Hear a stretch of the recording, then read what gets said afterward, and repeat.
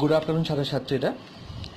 আজকে তোমাদের ক্লাস শুরুর আগের সপ্তাহে মনে করিয়ে দিই যে আগের সপ্তাহে যে দুটো প্রজেক্ট ওয়ার্কের টপিক বলেছিলাম, একটা টপিক বলেছিলাম, আর এও বলেছিলাম যে পরের সপ্তাহে আরও দুটো টপিক সম্পর্কে আমি বলবো।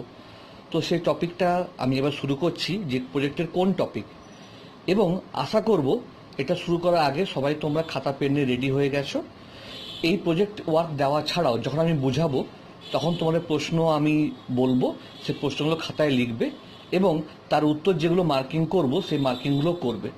অর্থাৎ আশা করছি তোমরা সবাই পেন পেন্সিল বা পেন নিয়ে খাতা নিয়ে তোমরা রেডি থাকবে।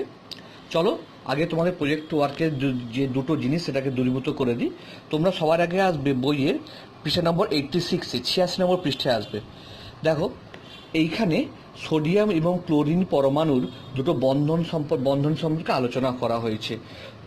তোমরা এই বন্ধনী যে বিষয়টা এখানে ডিসকাস করা হয়েছে, মানে পুরো এই অংশটা এটা তোমরা প্রজেক্ট খাতায় করবে। এটা ঠিক আছে, পুরোটাই প্রজেক্ট খাতায় করবে। এটা করলে এর সঙ্গে সাদা খাতায় করলে এর সঙ্গে পরের পৃষ্ঠায় যে টপিকটা করবে সেটা আছে তোমাদের পৃষ্ঠা নম্বর 90। দেখো এই যে বক্সটা করা আছে, এই বক্সটা সম্পর্কে আলোচনা করা আছে হাইড্রোজেন সম্পর্কে। তো হাইড্রোজেন সম্পর্কে আলোচনা করা আছে বলেই আমি এটা দিয়েছি, ঠিক আছে। তো তোমরা এটা করবে প্রজেক্ট ওয়ার্কের সাদা অংশে, কিন্তু তাছাড়াও যে লাইন অংশ আছে লাইন অংশে তোমরা এই সারণীটা করবে। এবার হয়তো তোমরা এখানে লেখার সময় বুঝতে পারবে না, যেহেতু এখানে এখনো ক্লাসগুলো হয়নি তোমাদের, সেই জন্য তোমরা আগে লিখে নাও। যখন আমাদের ক্লাস হবে বা এই যে এইভাবে ভিডিও টিউটোরিয়াল করে যখন আমরা বোঝাবো তখন এই সম্পর্কে আমি বলবো। এইগুলো শুধু বললাম প্রজেক্ট ওয়ার্কের জন্য, ঠিক আছে। তো চলো আজকে আমরা টপিকটা শুরু করছি। তো আজকের ভিডিও টিউটোরিয়াল শুরু করার আগে আমরা এসেছি 54 নম্বর পৃষ্ঠায়। তো 54 নম্বর পৃষ্ঠায় কি আছে না, আছে পদার্থের প্রকৃতি 2.1, পদার্থের প্রকৃতি, এবং আছে পদার্থের ভৌত ও রাসায়নিক ধর্ম সম্পর্কে আলোচনা করা আছে। শুরুতেই যে বিষয়টা ডিসকাস করা আছে যে পদার্থ কি না, পদার্থ হচ্ছে, এটা প্রশ্ন লিখবে পদার্থ কি, যে প্রশ্নগুলো করবো সে প্রশ্নগুলো লিখবে। যে পদার্থ বলতে আমরা কি বুঝি না, যার কোনো ভর আছে, ওজন আছে, আয়তন আছে, যা ইন্দ্রিয়গ্রাহ্য। এছাড়াও পদার্থে আছে কি ধর্ম, জাড্য ধর্ম। এই ধর্মের জন্য পদার্থ তার গতিশীল বা স্থিতিশীল অবস্থার পরিবর্তনে বাধা দেয়। তো আমি যদি পদার্থ কাকে বলে তা তোমরা এখান থেকে এতগুলো লিখবে। আর পদার্থের যে বিশেষ ধর্ম আছে সেই বিশেষ ধর্মের নাম হচ্ছে জাড্য ধর্ম। তার পরের অংশে বলা আছে যে সাধারণ অবস্থায় কিছু কঠিন, কিছু তরল এবং কিছু বাষ্পীভূত বা মানে বায়বীয় আকারে থাকে এমন কিছু পদার্থের উদাহরণ। এর পরের অংশে যে ব্যাপারে বলা আছে সেটা একটা পরীক্ষা সম্পর্কে বলা আছে, যে পরীক্ষায় প্রথমে নেওয়া হয়েছে বরফের তাপমাত্রা। তোমরা সবাই জানো যে 0°C তাপমাত্রা। এখানে প্রথমে গুঁড়ো করা বরফ রাখা হয়েছে এবং তার মধ্যে রাখা হয়েছে থার্মোমিটার।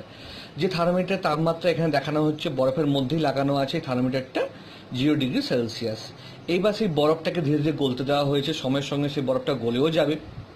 তখন এই তাপমাত্রা পরিবর্তনে কত হবে বলো তো? দেখা যাচ্ছে যে কিছুক্ষণ বরফ গলে গেল, বরফ গলে যাওয়ার পরেও আমরা কিছুক্ষণ অপেক্ষা করলাম, তাহলে তাপমাত্রা হলো কত, 20°C।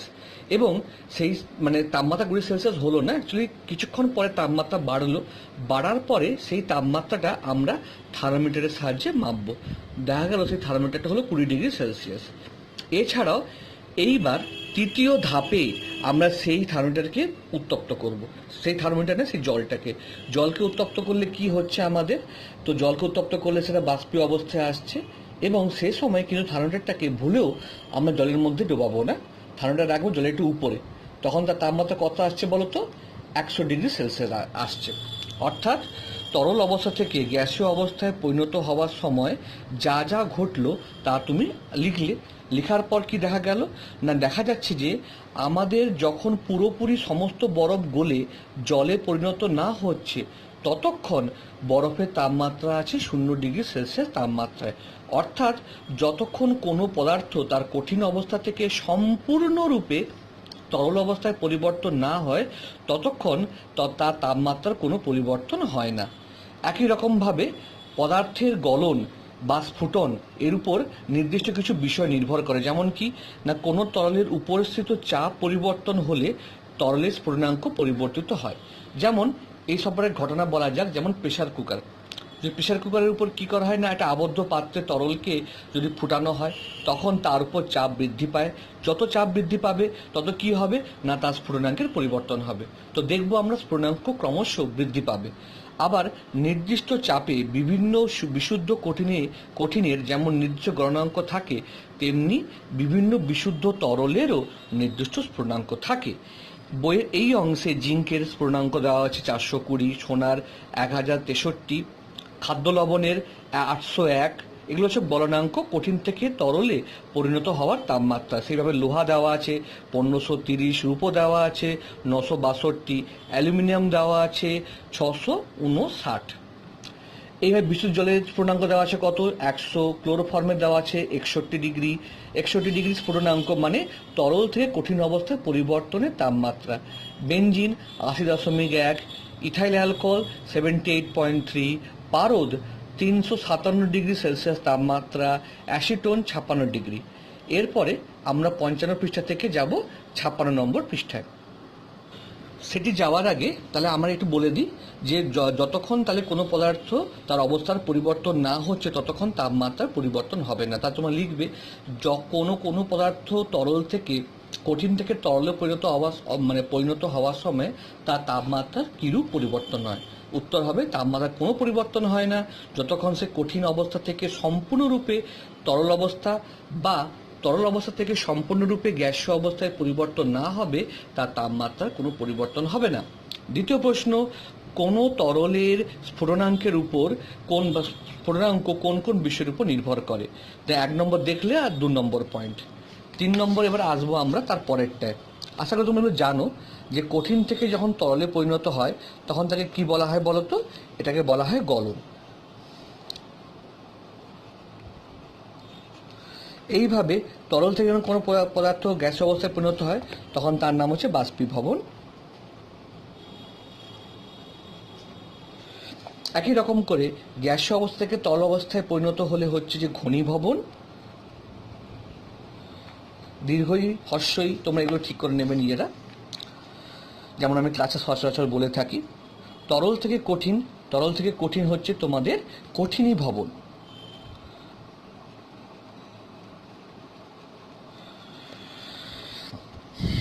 তাহলে বলা যাচ্ছে কি না, পদার্থের কঠিন অবস্থা থেকে পদার্থ যখন কঠিন থাকছে তাপ গ্রহণ করছে, সে আসছে পদার্থের গ্যাসীয় অবস্থায়। আর যখন পদার্থের গ্যাসীয় অবস্থা থেকে কঠিন পদার্থ তখন সে তাপ বর্জন করছে। এইটার জন্য আমরা আসব যে নির্দিষ্ট অংশে, সেটা হচ্ছে যে সাবলিমেশন। সেটা আমরা পরবর্তী অংশে দেখব। এবার দেখো এখানে দেওয়া আছে পদার্থের ভৌত ও রাসায়নিক ধর্ম কি এবং কাকে বলে। তার মানে কি প্রশ্ন দাঁড়াচ্ছে, পদার্থের ভৌত ধর্ম কাকে বলে, রাসায়নিক ধর্ম কাকে বলে এবং উদাহরণ দাও। পদার্থের কিছু বিশেষ বৈশিষ্ট্য বা গুণ, যেমন ভৌত অবস্থা, বন্ধ, গর্ণ, স্পর্শ, গলনাঙ্ক, স্ফুটনাঙ্ক, চৌম্বক ধর্ম, দ্রাব্যতা প্রভৃতি ধর্মগুলোর সাহায্যে শুধু পদার্থের বাহ্যিক অবস্থার ও প্রকৃতির পরিচয় পাওয়া যায়, কিন্তু আভ্যন্তরীণ অণুর গঠনের পরিচয় পাওয়া যায় না। পদার্থের বিক্রিয়ায় অংশগ্রহণ করবে কি না তা এই ধর্ম দিয়ে বোঝা যাবে না। তা এই ধর্মগুলোকেই বলা আছে ভৌত ধর্ম। তাহলে তোমরা উদাহরণ, আশা করি তোমরা এখান থেকে সংজ্ঞা এবং উদাহরণ দিতে পারবে। এবং তারপরেই আছে রাসায়নিক ধর্ম। রাসায়নিক ধর্মে দেখো, যে ধর্ম থেকে কোনো পদার্থের অন্য কোনো পদার্থের সঙ্গে বিভিন্ন বিক্রিয়ায় অংশগ্রহণ করার প্রবণতা ও ক্ষমতা লক্ষ্য করা যায় তাকে ওই পদার্থের রাসায়নিক ধর্ম বলে। তাহলে এটা হচ্ছে যে রাসায়নিক ধর্ম কাকে বলে তার সংজ্ঞা। তড়িৎ প্রবাহের ফলে জল, হাইড্রোজেন ও অক্সিজেনে বিশ্লিষ্ট হয়, এটা তোমরা জানো অলরেডি। এটি হলো জলের রাসায়নিক ধর্ম। কি জলের রাসায়নিক ধর্ম না, তড়িৎ প্রবাহের ফলে অক্সিজেন ও হাইড্রোজেনে বিশ্লিষ্ট হওয়া। আবার যদি সালফারকে বাতাসে পড়ালে কি হবে, তাহলে ঝাঁঝালো গন্ধযুক্ত সালফার ডাইঅক্সাইড বা SO2 গ্যাস উৎপন্ন হয়। এটি সালফারের রাসায়নিক ধর্ম। তাই লঘু সালফিউরিক অ্যাসিডের মধ্যে জিঙ্ক ধাতুর টুকরো যোগ করলে হাইড্রোজেন গ্যাস উৎপন্ন হয়। এটি জিঙ্কের রাসায়নিক ধর্মের উদাহরণ। ঠিক আছে, তো এখানে একটি পাত্র নেওয়া হয়েছে যেখানে আমরা পাত্রের সাহায্যে আমরা কয়েকটি পদার্থের ভৌত ধর্মের শনাক্তকরণ করব। তো তিনটা পাত্রের মধ্যে প্রথমটায় রাখা হয়েছে লোহার টুকরো, প্রথমটায় রাখা হয়েছে লোহার টুকরো, পরেরটায় রাখা হয়েছে জল, আর 3 নম্বরে রাখা হয়েছে গ্যাস। ঠিক আছে, এবার আমি আশা করি অনুভূতির সাথে তোমরা প্রত্যেকেই বুঝতে পারবে।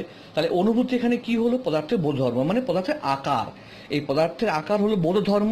এই ধর্মের সাহায্যে তোমরা পদার্থটাকে শনাক্তকরণ করতে পারবে। আবার তোমাকে যদি চারটি পাত্রের একটাতে পেন্সিলের শীষ, অন্য একটাতে পেন্সিলের শীষের মতো সরু লোহার তারের টুকরো, একটাতে গ্লিসারিন এবং অন্যটাতে যদি জল না হয়, তাহলে কি হবে? তুমি চোখ বন্ধ করেও হাতের দুটো আঙুলের মাঝে নিয়ে ঘষেও তুমি সেই সব পদার্থের অনুভূতি পেতে পারো। এই অনুভূতি সেগুলো পরের পৃষ্ঠায় দ্রষ্টব্য আছে এবং সেগুলো পরের ক্লাসে আছে। তো আশা করি তোমরা প্রত্যেকে এগুলো দেখবে, প্রশ্ন উত্তর লিখবে, লেখার পর আমাকে জানাবে, লেখার পর পোস্ট করার দরকার নেই। ঠিক আছে, আশা করি তোমরা সবাই বুঝতে পারলে। আজকের ভিডিওটি এখানে শেষ করলাম। পরের ক্লাসে আবার তোমাদের সঙ্গে দেখা হবে।